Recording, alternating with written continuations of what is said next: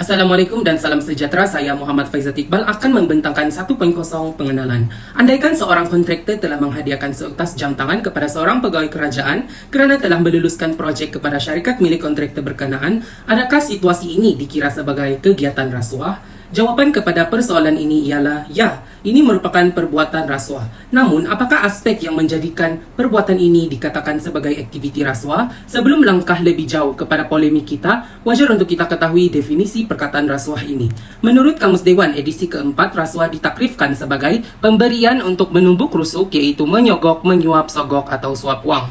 Rasuah juga boleh diertikan sebagai penerimaan atau pemberian suapan sebagai upah atau dorongan untuk seseorang individu kerana melakukan atau tidak melakukan sesuatu perbuatan yang berkaitan dengan tugas rasmi. Suapan terdiri daripada wang, hadiah, bonus, undi, perkhidmatan jawatan, upah dan diskaun. Rasuah berasal daripada perkataan Arab iaitu rishwah, di mana kata dasarnya ialah rasha yang memberi makna tali yang diikat pada timba dan digunakan untuk mengambil air dari perigi.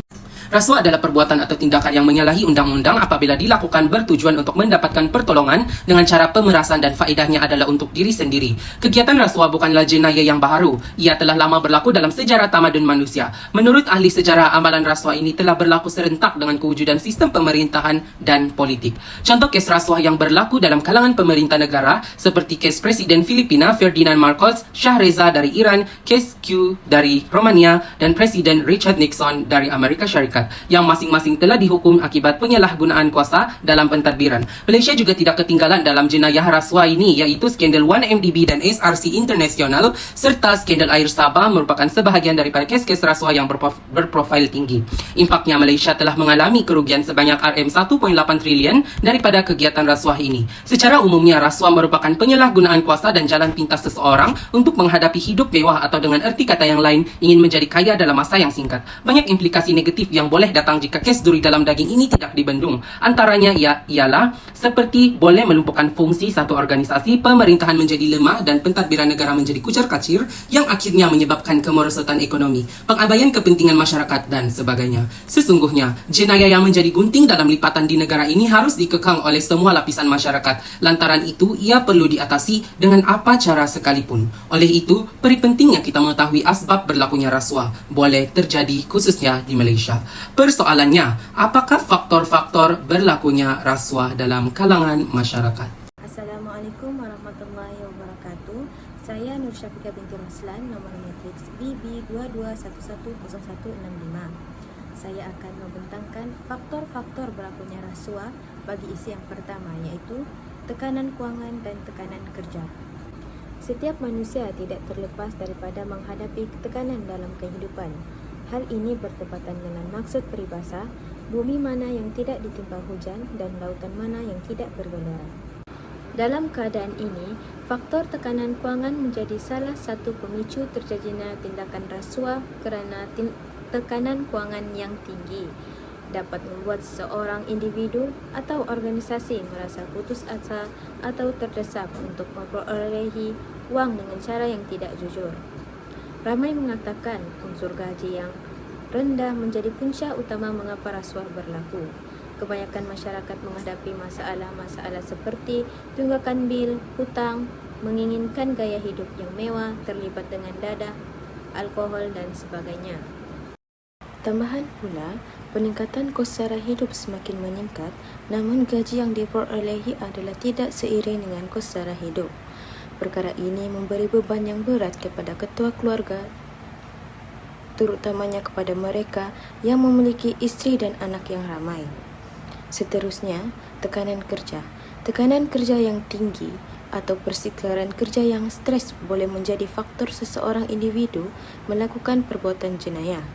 Tambahan pula, waktu bekerja yang sangat ketat atau target yang dikhususkan hampir mustahil untuk dicapai menjadi penyumbang utama kepada gangguan emosi hingga memberikan tekanan dalam pekerjaan yang dilakukan. Gejala rasuah adalah perbuatan yang melanggar etika seseorang individu dan integriti dalam pekerjaan. Seorang pekerja yang berintegriti rendah akan mudah untuk melakukan jenayah rasuah. Abraham Lincoln pernah berkata, sekiranya ingin melihat karakter sebenar seseorang, berikan kuasa kerana kuasa mampu menyebabkan seseorang lupa diri dan lupa akan amanah yang sepatutnya dipikul. Oleh itu, kita haruslah menjauhi perbuatan jenayah, bahkan di dalam agama Islam menolak sekeras-kerasnya amalan memberi dan menerima rasuah serta melarang umatnya daripada terjerumus ke dalam dosa. Ayat Al-Quran dan hadis di atas jelas menegaskan bahawa larangan perbuatan memberi dan menerima rasuah kerana ianya mendatangkan kesan yang buruk bukan sahaja kepada diri sendiri, juga kepada masyarakat dan negara. Sekian, terima kasih. Pengaruh persekitaran juga merupakan antara salah satu faktor yang mendorong gejala rasuah ini terus berlaku dalam kalangan masyarakat. Justru di mana kebanyakan masyarakat kini memiliki sikap materialistik. Hal ini dikatakan demikian kerana wujudnya golongan masyarakat yang mementingkan kebendaan sehingga mendorong pribadi mereka bersikap mementingkan diri atas kepuasan dan kepentingan diri mereka sendiri. Tambahan pula, dengan mempunyai peluang yang terbuka juga mendorong seseorang tersebut akhirnya terjerumus dalam gejala rasuah. Dalam kata lain, di mana mereka bersikap tamak ingin memiliki sesuatu yang lebih daripada kemampuan mereka sendiri. Buktinya dapat kita lihat masyarakat di negara kita sering bersikap berdiam diri dan menutup mata apabila mereka menyaksikan perbuatan rasuah dengan mata kepala mereka sendiri tanpa mengambil tindakan yang sewajarnya kepada pihak yang bertanggung jawab supaya perbuatan tersebut dapat dibendung daripada terus berleluasa. Seterusnya, umum mengetahui bahawa sesuatu kaum yang terdapat di negara kita jelas mempunyai budaya hidup dan tradisi tersendiri yang berhubung dengan wang ataupun hadiah. Sebagai contoh, dapat kita lihat tradisi masyarakat Melayu di negara kita akan memberi hadiah dalam bentuk wang ataupun benda sempena menyambut hari-hari istimewa seperti hari perayaan, majlis hari lahir, hari perkahwinan dan sebagainya. Melalui hari tersebut telah memberi peluang kepada golongan yang terlibat dalam rasuah untuk melakukan perbuatan negatif tersebut sama ada secara sukarela maupun diumpan tanpa mereka sendiri sedari. Akhir sekali, wujudnya persepsi masyarakat yang negatif di mana masyarakat gagal dalam memandang amalan rasuah sebagai satu perbuatan yang keji. Hal ini dikatakan demikian kerana terdapat sikap masyarakat yang hipokrit dalam menjalani kehidupan seharian mereka. Tambahan pula wujud segelintir masyarakat yang bersikap menilai kemewahan sebagai kayu ukur dalam kejayaan seseorang individu. Seterusnya, kelemahan kepimpinan dan pengurusan organisasi. Yang pertama adalah pemimpin yang tidak berintegriti. Pemimpin merupakan seseorang yang mempunyai tanggung jawab atau jawatan yang berpengaruh dalam sesuatu organisasi. Ketiadaan integriti dalam diri kepimpinan akan menjejaskan sesuatu organisasi sehingga mengakibatkan tindakan negatif seperti rasuah berleluasa dalam organisasi sekiranya pemimpin memberi arahan yang melanggar prosedur dan peraturan demi mengaut keuntungan sendiri. Sebagai contoh, menurut Nurul Amanina, Suruhanjaya Pencegahan Rasuah Malaysia, iaitu dikenali sebagai SPRM, telah menahan seorang pengurus sebuah syarikat kerana telah menerima rasuah lebih daripada RM140,000.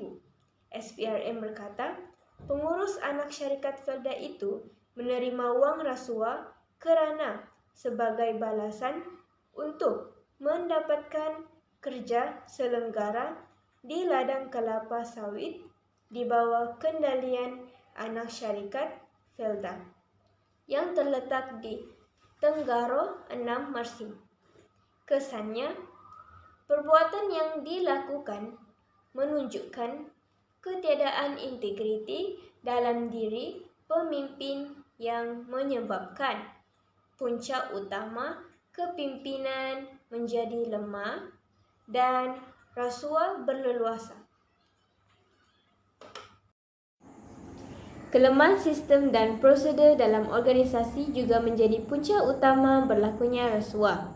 Menurut ahli jawatan kuasa Pusat Persatuan Pegawai Integriti Pertauliah Malaysia, iaitu Muhammad Rizal Muhammad Tayyub dalam berita Sinar Harian, Kepimpinan yang tidak menunjukkan teladan yang baik merupakan punca utama berlakunya rasuah.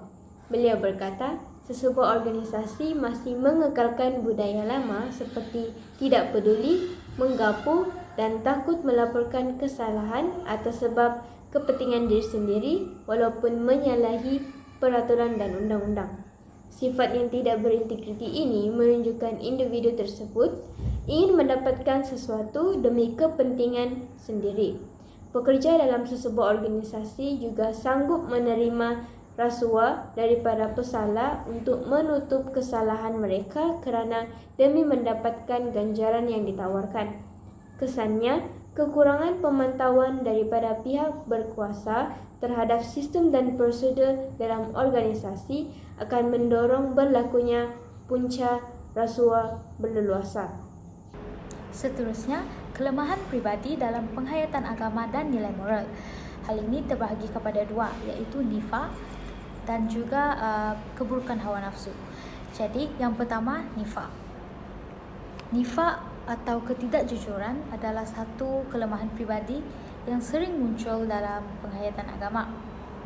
Penghayatan palsu dalam konteks nifaq individu tersebut dianggap menunjukkan dua sifat yang berbeza di hadapan masyarakat dan di belakang layar, dan pada akhirnya akan merugikan masyarakat serta melanggar prinsip agama. Ketidakjujuran dalam pengurusan kewangan pula dapat dikaitkan dengan sikap individu yang membenarkan serta menggalakkan rasuah dalam transaksi kewangan. Hal yang kedua iaitu keburukan hawa nafsu pula berlaku dalam diri individu yang tidak mengambil kira prinsip moral dan agama, di mana nafsu yang tidak terkawal boleh mendorong seseorang itu untuk mengejar keuntungan pribadi. Kegilaan terhadap kekuasaan dan kekayaan, individu mudah tergoda dalam mendapatkan kedudukan, dan kekuasaan justru menyebabkan terbentuknya penyalahgunaan dan menyebabkan seseorang individu tersebut sanggup meminta rasuah demi mencapai keinginannya. Keserakahan dan ketidakkawalan nafsu boleh mengubah cara seseorang itu bertindak, iaitu hanya dengan memberi dan menerima rasuah, seseorang itu sanggup mengorbankan keadilan dan kejujuran yang sepatutnya dititikberatkan. Seterusnya, kita beralih kepada akibat kelemahan pribadi dalam penghayatan agama dan nilai moral. Jadi, akibat kita boleh lihat dari tiga aspek, iaitu individu, masyarakat dan juga negara. Jadi, seperti yang kita lihat, dari sisi individu, akibat itu berlaku apabila kehidupan mereka menjadi porak-poranda, kehilangan kepercayaan daripada masyarakat, dan masyarakat, kestabilan sosial dan kemerosotan kualiti kehidupan berkomunikasi. Seterusnya, ke negara, kesejahteraan ekonomi dan negara terjejas serta ketidakadilan dalam kehidupan dan masyarakat dan negara. Namun begitu, setiap akibat yang berlaku pasti akan ada cara mengatasi. Oleh sebab itu, akibat ini dapat diatasi dengan cara yang pertama, melalui pendidikan moral dan agama dengan meningkatkan pemahaman dan penghayatan terhadap nilai-nilai moral dan ajaran agama melalui sistem pendidikan di sekolah. Selain daripada itu, ibu bapa juga seharusnya menerapkan nilai moral dan agama dalam diri anak mereka sejak kecil lagi. Yang kedua, melalui kempen kesedaran peneguhan nilai kepimpinan, di mana kempen kesedaran dilaksanakan mengenai bahayanya rasuah dan pentingnya nilai-nilai moral dalam kehidupan. Selain daripada itu, menggalakkan pembangunan serta meneguhkan nilai-nilai kepimpinan yang adil dan beretika. Faktor perkembangan modernisasi. Perkembangan modernisasi juga merupakan salah satu daripada berlaku rasuah di dalam kalangan masyarakat. Perkembangan modernisasi ialah satu perubahan daripada zaman tradisional ke zaman moden. Perkembangan yang paling ketara di era modernisasi ini ialah munculnya teknologi digital. Hampir seluruh masyarakat memiliki telefon pintar yang banyak memberi informasi baru kepada semua masyarakat. pengembangan dan produktiviti masyarakat kini menjadi lebih mudah pada perkembangan modernisasi kini. Perkembangan modernisasi memberi banyak kebaikan dan keburukan kepada masyarakat. Kemajuan teknologi kini menyediakan peluang baru kepada pelaku rasuah untuk terlibat dalam bentuk rasuah yang lebih canggih dan kompleks. Contohnya, teknologi boleh memudahkan pengelakan cukai dan pinjaman yang tidak wajar oleh institusi keuangan awam. ICT boleh menyumbang kepada pemusatan peluang rasuah seperti pangkalan data untuk semua transaksi keuangan. ICT boleh memudahkan rasuah dengan memperkenalkan peluang baru untuk menyembunyikan tingkah laku rasuah seperti akses yang lebih mudah, sukar dikesan, dan lebih luas kepada pangkalan data yang boleh digodam atau dimanipulasi. Seterusnya, pembinaan infrastruktur. Pembinaan infrastruktur memperlihat banyak kontraktor berlumba-lumba untuk memenangi atau mengambil hati pegawai pengurusan atau pembuat keputusan yang terlibat dalam meneruskan projek pembangunan. Rasuah akan diberi sebagai jalan pintas untuk mendapatkan tender, mempercepatkan bayaran, tindakan gagal atau lambat menyiapkan projek. Disebabkan penglibatan amalan rasuah ini, projek pembangunan menjadi tidak berkualiti disebabkan penggunaan bahan-bahan binaan yang murah dan kurang berkualiti. Hal ini kerana berlaku penggunaan sumber dana yang tidak efisien atau pengaliran wang yang tidak tepat. Selain itu, persaingan pasaran membolehkan wujudnya peluang untuk melakukan amalan rasuah. Perniagaan yang bersaing mungkin akan terdorong untuk melakukan amalan rasuah seperti merasuah pegawai yang mengawal selia pasaran untuk mendapatkan layanan yang baik agar dapat mengelak peraturan dan undang-undang. Contohnya, sebuah perniagaan mengelak daripada dikenakan mana-mana denda yang ditetapkan di pasaran agar mereka dapat meneruskan perniagaan mereka tanpa dikenakan denda yang merugikan perniagaan itu. Perniagaan itu juga akan mendapat kelebihan yang besar berbanding pesaing mereka. Faktor yang terakhir menyebabkan berlakunya jenayah rasuah di kalangan masyarakat Malaysia adalah kelemahan sistem perundangan dan dasar pentakdiran. Undang-undang merupakan satu akta yang telah ditetapkan oleh kerajaan negara Malaysia. Oleh hal yang demikian, negeri yang berada di bawah negara Malaysia perlu mengikuti undang-undang yang telah ditetapkan. Kelemahan sistem perundangan iaitu penguatkuasaan undang-undang yang lemah di peringkat kerajaan persekutuan maupun kerajaan negeri menyebabkan rasuah ini sukar dibendung. Sebagai contoh, hukuman yang dijatuhkan oleh mahkamah tidak setimpal dengan perbuatan rasuah serta jumlah rasuah yang diterima oleh pesalah dan yang diberikan oleh pelaku. Hal ini menyebabkan kepercayaan keyakinan rakyat terhadap keikhlasan kerajaan untuk menangani isu rasuah ini telah pun terhakis. Akibat daripada ini, rakyat yang beranggapan masih ada pihak tertentu yang mengambil dan menerima rasuah tetapi tidak dibawa ke permukaan pengadilan yang menyebabkan mereka terus melakukan jenayah rasuah ini. Menurut laporan Sinar Harian yang ditulis oleh Mukris Mat Hussein, Datuk Syarul Nasrul Datuk Kamarudin berkata rasuah merupakan satu jenayah universal yang memerlukan penglibatan secara menyeluruh daripada semua pihak jika mahu membendungnya.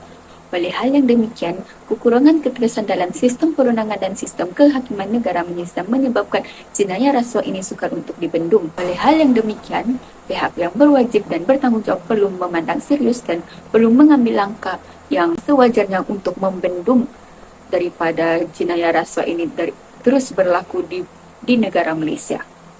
Seterusnya adalah kelemahan dalam dasar pentadbiran. Ketulusan sistem pentadbiran kerajaan negara Malaysia yang lemah menyebabkan masyarakat menganggap masalah rasuah ini dalam negara Malaysia semakin bermaharajalela. Hal ini demikian wujudnya kerana birokrasi kerajaan dan kerajaan tidak mempunyai sistem yang tulus dalam sistem pentadbiran. Sebagai contoh dalam aspek pemberian kontrak dan projek pembangunan daripada pihak kerajaan kepada firma. Hal ini menyebabkan rasuah boleh berlaku apabila individu yang ingin mendapatkan kontrak atau projek tersebut memberikan jumlah rasuah yang banyak kepada pihak yang meluluskan kontrak atau tender tersebut supaya kontrak yang mereka dapati dapat diluluskan dengan lebih mudah dan memperoleh keuntungan yang lebih banyak, tetapi tidak memikirkan bahawa rasuah yang telah mereka lakukan. Hal ini disokong apabila terdapat satu laporan daripada berita harian yang ditulis oleh Cik Wan Badrul Elias pada tahun 2019. Beliau menyatakan bahawa analisis lebih daripada 20,000 maklumat berkaitan rasuah diterima oleh Suruhanjaya Pencegah Rasuah Malaysia SPRM di antara tahun 2013 hingga tahun 2018 dengan mengenal pasti 9 punca berlakunya rasuah. Antaranya 80% daripada punca tersebut disebabkan oleh kegagalan pentadbiran, konflik kepentingan, kelemahan kawalan dalaman dan ketidakpatuhan serta kurang ketulusan dalam sistem pentadbiran kerajaan negara. Menurut beliau juga, hal ini disebabkan oleh kurang tegas dalam sistem pemantauan menyebabkan ramai pekerja awam mengambil kesempatan untuk melakukan jenayah rasuah ini. Oleh hal yang demikian, laporan jenayah rasuah ini semakin meningkat saban tahun dan sukar dibendung apabila individu yang bertanggungjawab tidak melaksanakan tanggungjawab mereka dengan sepatutnya dan dasar pentadbiran yang kurang telus daripada pihak yang bertanggungjawab. Pemantauan yang giat perlu dijalankan supaya jenayah rasuah ini dapat dibendung dan juga langkah yang efektif serta hukuman yang sewajarnya dan hukuman berat perlu diberi perhatian kepada pelaku yang melakukan jenayah rasuah tersebut. Secara keseluruhannya, isu rasuah dalam masyarakat adalah hasil daripada interaksi berbagai faktor yang saling berkait. Seperti yang diperincikan dalam pembentangan sebelum ini, faktor-faktor yang dikenal pasti termasuk tekanan keuangan dan tekanan kerja, pengaruh persekitaran, kelemahan kepimpinan dan pengurusan organisasi, kelemahan pribadi dalam penghayatan agama dan nilai moral, perkembangan modernisasi, dan kelemahan dalam sistem perundangan dan pentadbiran, semuanya menyumbang kepada percambahan rasuah. Faktor-faktor ini bukan sahaja memberikan kesan kepada individu, tetapi juga memberikan kesan kepada masyarakat dan negara, termasuk dalam konteks ekonomi dan pembangunan berterusan.